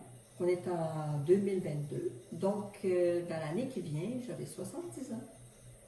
J'ai étudié en anthropologie. Donc, j'ai enseigné l'anthropologie pendant plusieurs années, plus que 10 ans en fait. Mais j'ai surtout travaillé dans ma communauté au musée des Abénaquis à Odanak, ce qui m'a permis de voyager, d'aller à l'international, de représenter les nations autochtones, pas seulement les Abénaquis, mais les nations autochtones à l'ONU, entre autres, pour travailler sur la déclaration des peuples, la Convention des peuples qui a été adoptée en 2007. Et ensuite, j'ai eu l'occasion de voyager aussi, d'aller à Genève par d'autres occasions, d'aller à Madrid, de rencontrer des gens de l'université pour raconter des légendes autochtones. Et puis, je suis allée aussi rencontrer les Samis en Norvège et les Mapuches au Chili. Ce que j'aimais faire, c'est le parascolaire. Si je dis ça, oui, il y a des professeurs qui m'ont inspiré quand même. J'ai eu la chance d'avoir des professeurs tout jeunes, tout enthousiastes dans le parcours. J'ai eu, par exemple, Jean Van Desburg, qui m'a enseigné le français. J'ai adoré le français. Claire Guillure, qui m'enseignait l'histoire. Puis moi, j'étais passionnée d'histoire. J'avais des grandes discussions avec elle, entre autres. Donc, ça, c'est des professeurs qui m'ont marqué. Bien sûr, je faisais des mathématiques avec le grand Guévin au départ. Et puis, on le trouvait bien beau. Et puis, moi, j'ai aimé les mathématiques. J'en ai fait au cégep aussi, puis j'en ai fait à l'université. Donc, j'ai continué à faire. Sinon, ben, autrement que le parascolaire, je peux dire. Mais le parascolaire, ça, c'est vraiment, j'ai été impliquée beaucoup dans toute la vie étudiante. Je me suis impliquée beaucoup dans toute la vie étudiante. À ce moment-là, il y avait la pastorale qui était là. Puis c'est comme ça, au lieu d'avoir un animateur, c'était un aumônier qui était là. C'était les débuts de la polyvalente. Et puis, je me suis impliquée dans les danses, dans l'organisation de disco-animation, à l'époque, on appelait, qui rassemblait les élèves. Et puis, en tout cas, ça, c'est des beaux souvenirs d'organisation en dehors de la vie scolaire, parce que j'aimais beaucoup la vie scolaire aussi, puis je me suis fait plein d'amis. C'est ça qui était l'avantage d'aller dans une polyvalente où on partait de 200 pour arriver à 2000. Un des souvenirs, c'est que à l'école, à ce moment-là, on était invité à s'impliquer à l'international, déjà. Et moi, je me souviens qu'il y avait la marche, qui s'appelle maintenant Marche 2 tiers, qui s'appelait Rallye Tiers-Monde à l'époque. Et puis, on se promenait dans le territoire de Nicolette. On se rendait jusqu'à Sainte-Monique. On faisait 25 km à pied. On était en forme. Donc ça, je me souviens. Puis on a fait ça 2 ans de suite. Une première année où on était en plein soleil. Donc quand on est arrivé pour faire la soirée, tout le monde avait le nez rouge. On était toutes... Donc c'est un beau souvenir, ça. C'est un souvenir que j'imagine que les gens que j'ai connus et que je croise de temps en temps se souviennent de ça aussi. Dans mon parcours, moi, je suis revenue avec un diplôme en anthropologie. Qui emploie un anthropologue? Je n'avais pas vraiment d'emploi. Donc, les premières années, donc les 7 premières années en finissant mon parcours scolaire, je n'avais pas d'emploi. Donc, pour arriver à survivre, ben, j'ai dû faire des projets, demander des projets, Emploi Québec, à d'autres endroits, puis organiser des projets pour faire travailler d'autres gens, puis me faire travailler en même temps, pour gagner ma vie. Donc ça, c'était une période un peu plus difficile parce que c'était jamais assuré jusqu'à ce que j'arrive au musée et que je puisse travailler à temps plein. Ben, je ne voudrais pas terminer avant de dire que c'était une expérience très positive pour moi, l'école, la polyvalente Jean Nicolette. Ça m'a permis d'avoir une ouverture sur le monde. Et puis aussi d'avoir aussi des amis qui m'entourent, qui ont les mêmes intérêts que moi. Ça, c'était quelque chose d'unique. Parce que quand on est dans une petite école, on n'a pas ça nécessairement. Donc, se développer, puis tout ça, moi, je garde de très bons souvenirs de mon passage à la polyvalente. Pierre est né et il est décédé le 4 novembre 2000 d'une septicémie à l'âge de 41 ans. Il est décédé, Pierre. Laissant dans le deuil sa conjointe Danielle et leurs 3 jeunes enfants. Sa famille nous a aidés à en connaître plus sur Pierre. Sa sœur Louise Beauchoin, enseignante en musique dans les années 1970-80, à Jean-Nicolette, nous en a parlé avec tendresse et émotion. Il en fut de même qu'avec sa sœur Monique. Sa famille a pu constater ses premières contorsions alors qu'il était dans sa bassinette. C'est vous dire qu'il a commencé à un très jeune âge. Une anecdote. En entrant dans sa chambre d'hôpital, une infirmière a vu Pierre faire une table avec ses pieds sous son menton. Ça, c'est ses pieds, là. Ses pieds, là, le dessous du pied en dessous de son menton. Elle s'est évanouie, l'infirmière. Il avait depuis l'âge de 6 mois une santé très fragile. Il a été, malgré tout, un battant.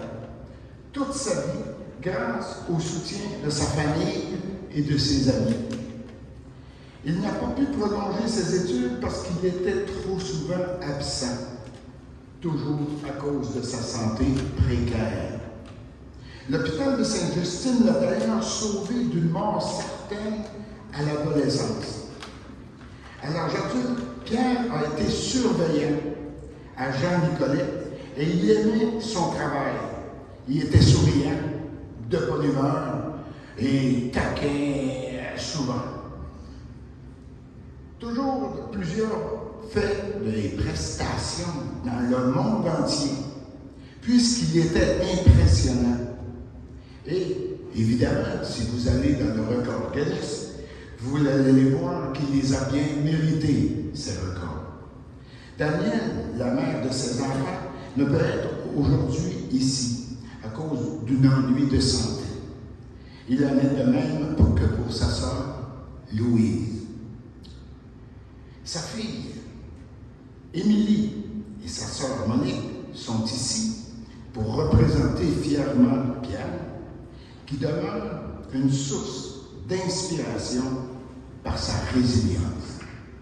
Si vous voulez, on va prendre quelques secondes pour honorer Pierre, qui, une journée comme hier, le 4 novembre, l'an 2000, ça fait 22 ans que Pierre est décédé.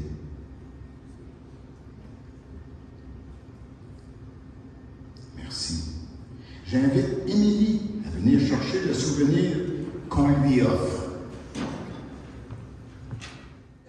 Durant son passage à l'école Jean-Nicolet, Jean-Michel nous émerveillait en montant souvent sur la scène de l'auditorium pour y jouer différents morceaux. Encore à ce jour, c'est à travers sa musique qu'il continue de créer une atmosphère chaleureuse et rassembleuse.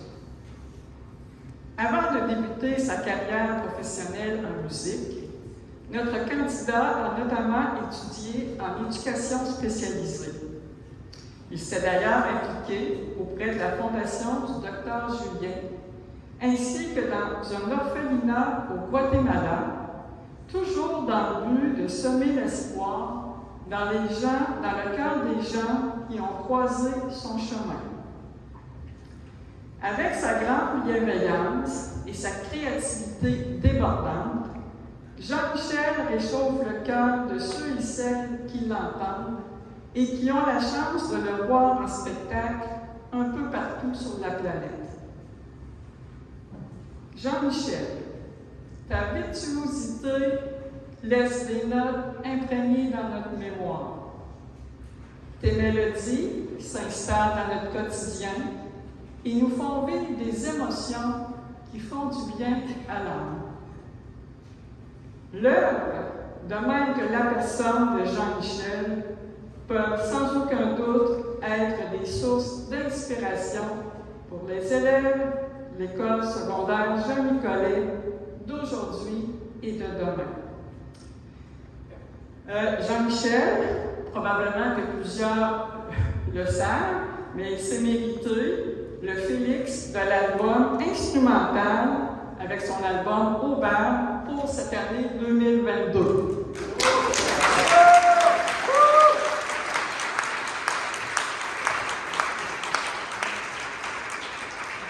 J'aimerais quand même faire un petit retour là-dessus. Donc, Jean-Michel a composé Aubert durant la pandémie. Il y a un beau petit vidéo de 15 minutes qui explique le travail acharné de cet album-là. Documentary Aubert, Jean-Michel Blais, vous allez trouver ça. Et par la suite, Jean-Michel avait ses spectacles de prévus, mais à cause encore de la pandémie, il y a des spectacles qui ont été remis à plus tard. Donc, l'horaire de Jean-Michel est devenu très, très chargé. Puis il n'y a pas juste ces spectacles, mais tout ce qui va avec aussi. Donc, Jean-Michel n'a pas réussi à faire sa vidéo jusqu'à maintenant. Il va la faire, c'est sûr. Donc, on va lui remettre son prix. Puis, bien avant, Jean-Michel. Présentation d'Olivier Gaillard. Après ses études secondaires, Olivier a étudié au collège de Sherbrooke. Puis, a continué son baccalauréat en administration des affaires et sa maîtrise en système d'information à l'Université de Sherbrooke. En 2002, Olivier débute son PhD à la faculté de gestion des hôtels de l'Université McGill. Son projet de thèse visait à optimiser l'efficacité des équipes virtuelles, soit des équipes au sein desquelles les membres sont géographiquement dispersés à travers le monde. Olivier est professeur titulaire en système d'information à l'école de gestion de l'Université de Sherbrooke. Comme professeur-chercheur, il se concentre à l'étude des impacts humains des technologies de l'information. Olivier est aussi le représentant de l'Université de Sherbrooke au sein d'un regroupement mondial de plus de 500 universités, dont l'objectif est de former des étudiants universitaires à maîtriser le plus important logiciel d'affaires au monde. C'est pas obligé de le nommer? Non, c'est vrai. C'est à peu près long de même, le titre. Bon. Olivier, peux-tu le C'est dire, ça. s'il te plaît? Merci beaucoup. Notre candidat encadre également les étudiants de l'Université de Sherbrooke lors de grandes compétitions académiques. Sous sa gouverne, l'Université de Sherbrooke s'est démarquée parmi des centaines d'autres à travers le monde en 2021, en remportant la 2e place en Amérique du Nord et en terminant vice-championne du monde. En 2022, son équipe a été championne nord-américaine et a obtenu la 3e place à l'échelle mondiale. Déjà, Olivier, tu es une source d'inspiration pour tes étudiants et étudiantes de l'Université de Sherbrooke et à partir d'aujourd'hui, tu le deviens pour les élèves de SJN. Vidéo.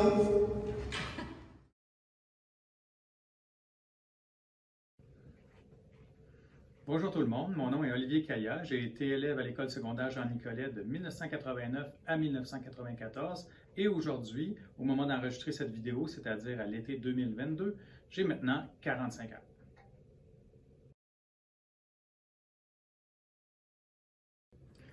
Au niveau de ma profession, écoutez, je suis professeur-chercheur à l'école de gestion de l'Université de Sherbrooke en technologie de l'information. Donc, essentiellement, j'enseigne à nos universitaires les bonnes pratiques d'implantation et d'utilisation des technologies de l'information pour les entreprises.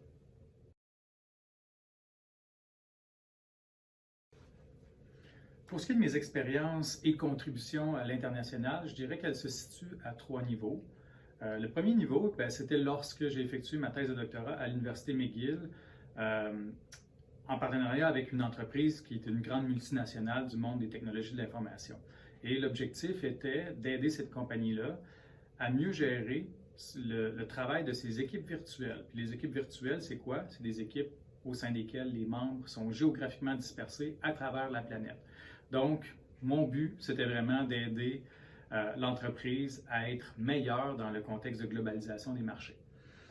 Deuxième niveau, au niveau international encore, c'est en extension avec les travaux de ma thèse de doctorat, c'est évidemment de pouvoir publier les résultats de mes études à une audience qui est lui aussi à l'international, c'est-à-dire dans des journaux scientifiques qui sont à portée internationale, et aussi participer à des congrès, des conférences scientifiques qui parfois me permettent de visiter d'autres pays et puis de réseauter avec des gens de partout à travers le monde.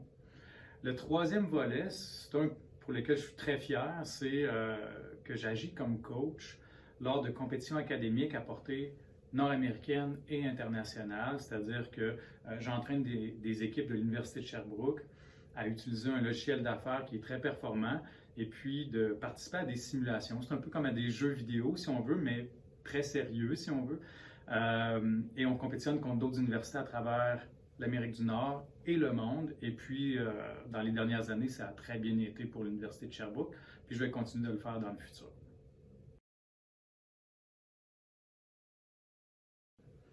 Une source d'inspiration à l'école secondaire, écoutez, je vais y aller au niveau académique. Pour moi, ça a été les cours d'informatique. J'en ai fait même une carrière aujourd'hui. Et puis pourquoi est-ce que c'est une source d'inspiration pour moi? Bien, je vous dirais que j'aime le volet très structuré de l'informatique, mais aussi à l'intérieur de cette structure-là, qui est balisée par parfois des langages de programmation ou des fonctions dans un logiciel, bien, il y a moyen d'être très créatif, puis de faire rayonner toute la force, la puissance, puis les possibilités que nous offre l'informatique, puis les technologies de l'information au sens large. Donc voilà pour moi ma source d'inspiration.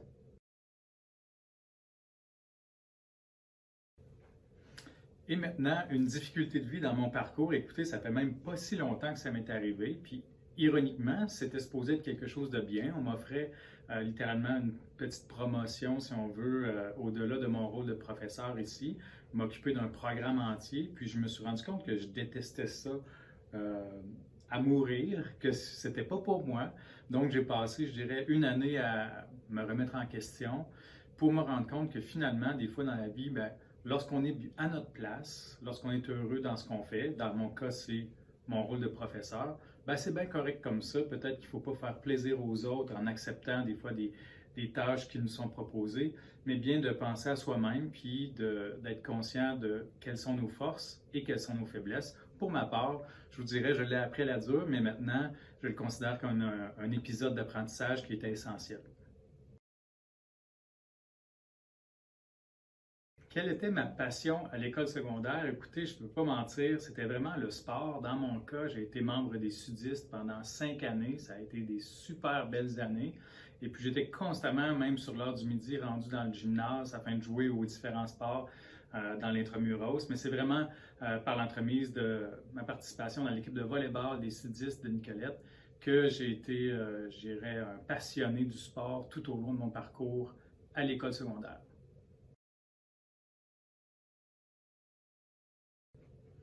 Un souvenir heureux vécu à l'école secondaire Jean-Nicolet, écoutez, il y en a plusieurs, mais j'en ai isolé un principal. Et puis, curieusement, bien, je le tiens dans mes mains. C'est une médaille d'or obtenue au championnat provincial scolaire en secondaire 5, en volleyball toujours. Et puis, pourquoi c'est mon souvenir le plus précieux, je dirais? Bien, ça vient couronner un beau parcours de 5 ans avec des amis, avec une école qui nous supportait, et puis un bel équilibre entre le sport et le volet académique. Tout au long des 5 années. Donc, lorsque je regarde cette médaille, je vois, si on veut, 5 belles années à l'école secondaire Jean-Nicolet. Yves a toujours aimé jouer dehors. Ses débuts en ski de fond se sont faits à l'âge de 18 ans. Alors qu'il est âgé de 43 ans, au Mont-Saint-Anne, il apprend qu'il existe des compétitions en paraski de fond grâce au journaliste sportif Richard Lheureux. On aurait aimé qu'il soit avec nous, mais il y a des problèmes de santé, il n'a pas pu venir. En 2010, à 44 ans, il débute des entraînements à raison de 6 jours par semaine.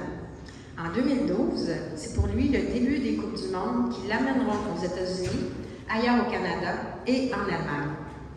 Viendront ensuite les Jeux paralympiques en 2014 en Chine et en 2018 en Russie, toujours en paraski de fond.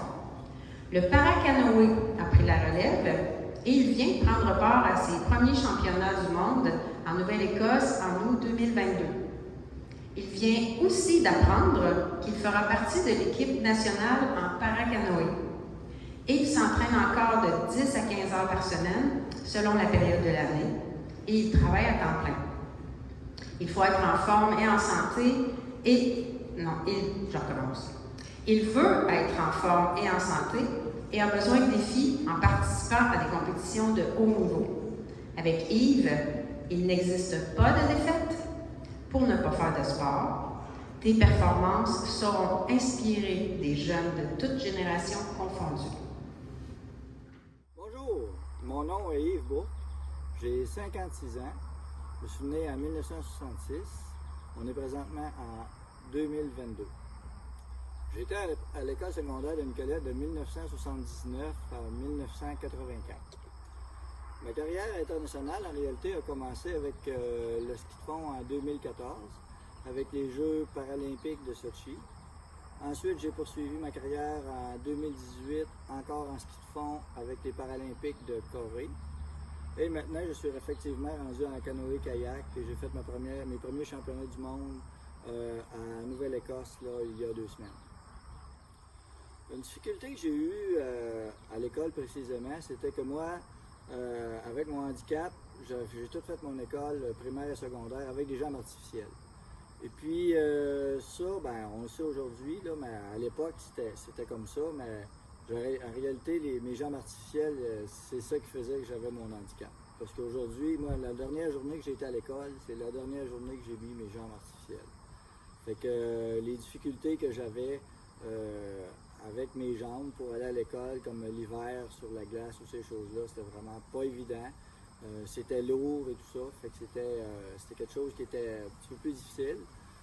Fait que quand j'ai terminé mon école, ben j'ai dit ok, c'est assez, fait que j'ai arrêté de porter ces jambes-là.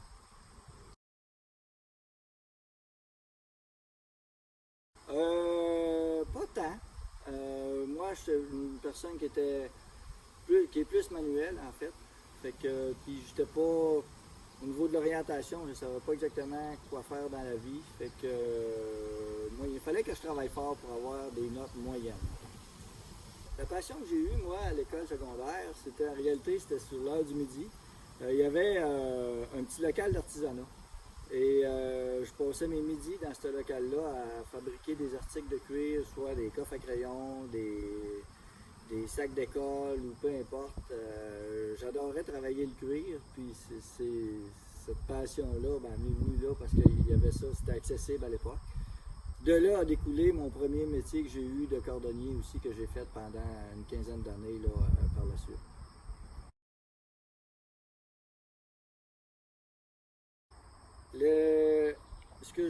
Quand j'ai vu cette question-là, ce qui m'a sauté à l'idée tout de suite, moi, c'était la gang puis les amis.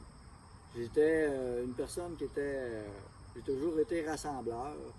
Puis l'adolescence, pour moi, je pense que c'était une des plus belles parties de ma vie. J'ai adoré l'adolescence, les années 80, la musique des années 80. J'écoute encore ça aujourd'hui. Je suis stické là-dessus. C'était vraiment une belle période. Pour les gens qui la vivent, prenez soin de la vivre. On a tout à découvrir, puis je pense que c'est une belle période de vie, même si on a des remises en question sur plein de choses. En réalité, l'adolescence, puis cette époque-là, pour moi, c'était une des plus belles périodes de ma vie. Puis la gang, puis tous les amis qu'il y avait alentour, ben, c'est vraiment des beaux souvenirs que j'ai de l'école. De développer ses passions, puis d'écouter ses passions, puis d'exploiter notre potentiel. Je pense qu'on a tous un grand potentiel en nous, puis il suffit de le découvrir pour ensuite l'exploiter. Moi, je trouve ça tellement dommage quand il y a des gens qui ont beaucoup de potentiel puis qui ne l'exploitent pas. Une petite tabarouette, c'est dommage. Fait que moi, ben, tout ce que je peux exploiter, les passions que j'ai, ben, je les exploite au maximum pour faire en sorte à ce que la vie soit agréable. Merci. C'est écrit Amalia parce que si vous allez chercher sur le web, c'est son nom d'artiste. Alors, c'est pour ça qu'on l'inscrit. Donc, présentation d'Amélie Lévesque de Mercier. Amélie parcourt plusieurs pays afin de réaliser ce qu'elle veut depuis l'âge de 5 ans, c'est-à-dire devenir chorégraphe.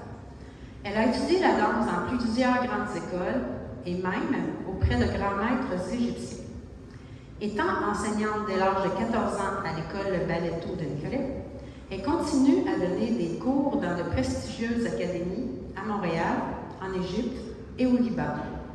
Son expérience comme danseuse professionnelle de Baladie l'a conduite à réaliser plusieurs spectacles internationaux, dont celui sur la scène des Folies Bergères, un lieu mythique à Paris, pour ne nommer que celui-là.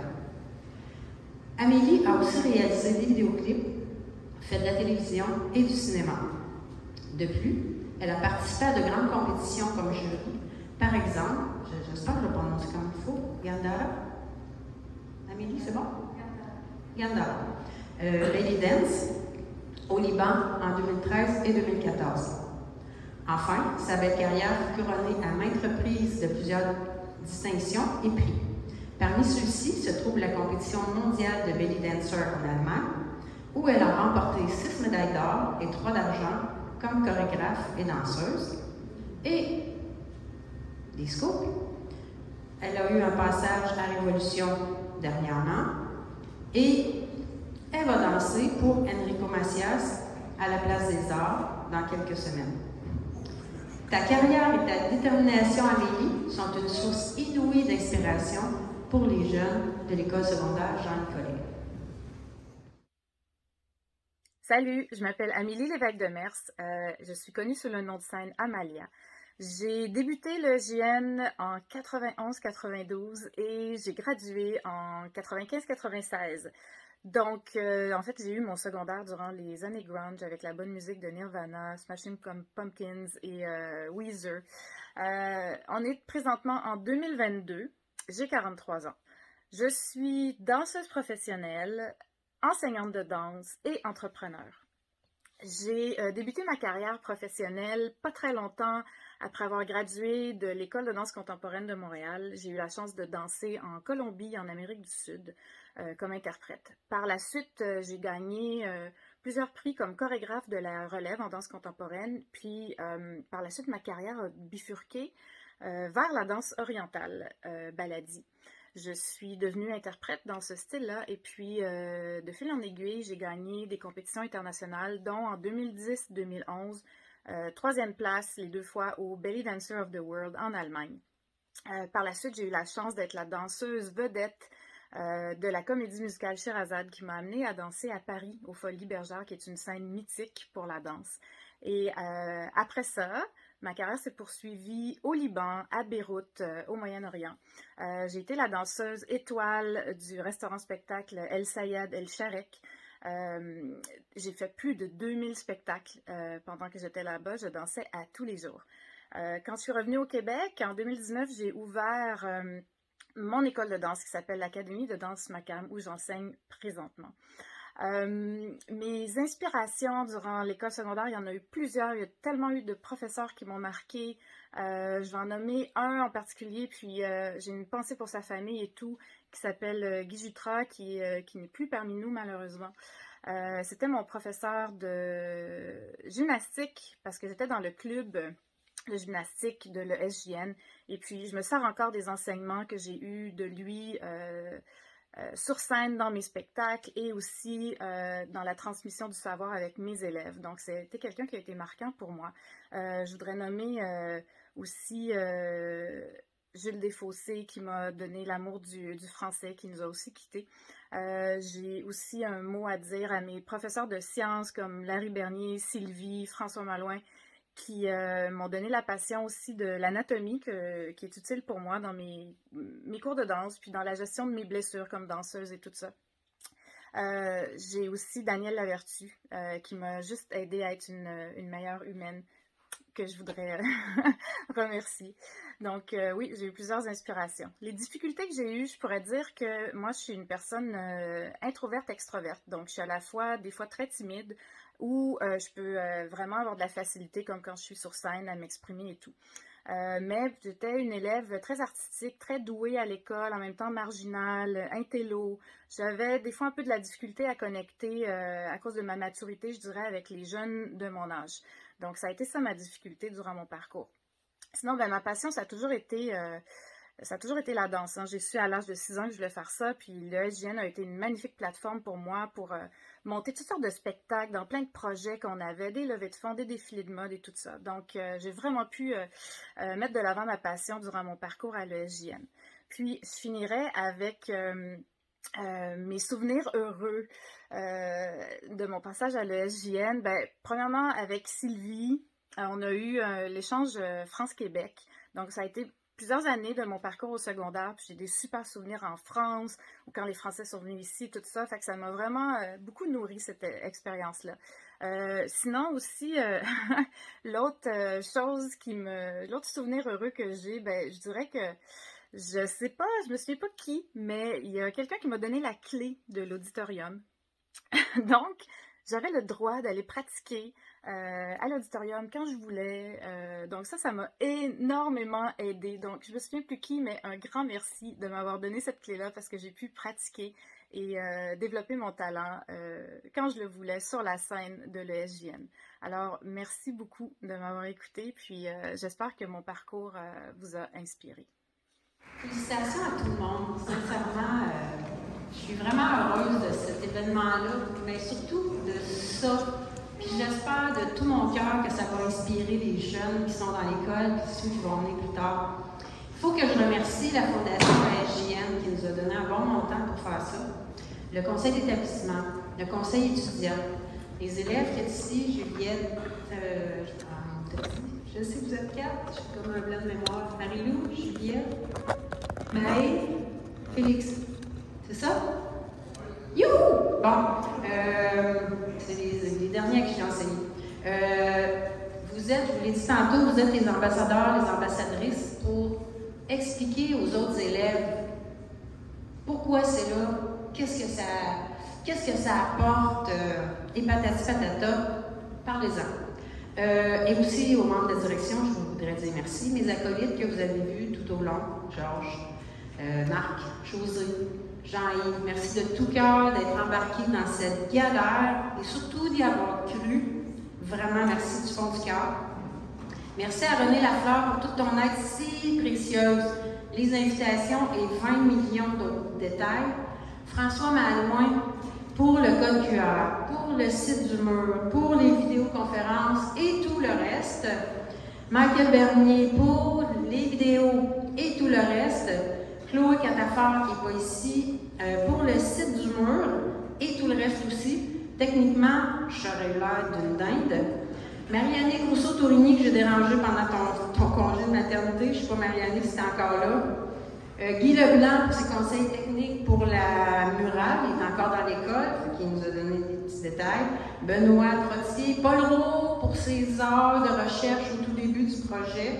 Lettrage Griffon Incorporé, qui a fait la maquette, la murale. Et merci à Stéphane Lévesque, responsable des communications pour la riveraine. C'est très gentil. Je suis certaine que j'ai oublié des gens, je m'en excuse. J'avais écrit sur ma feuille, en passant, si vous voulez faire un don à la Fondation, vous êtes les bienvenus, mais on ne tord pas le bras à personne. Et on était généreux jusqu'à maintenant, c'est le moment d'être cheap. On va ouvrir, on a acheté de la bière au fait, on n'a même pas l'argent pour vous l'offrir. Alors, vous devrez la payer au COS, mais au COS, hein? À peu près, pas cher. Donc, si ça vous tente de rester, vous êtes les bienvenus. Sinon, je vous remercie sincèrement de votre attention et à la prochaine.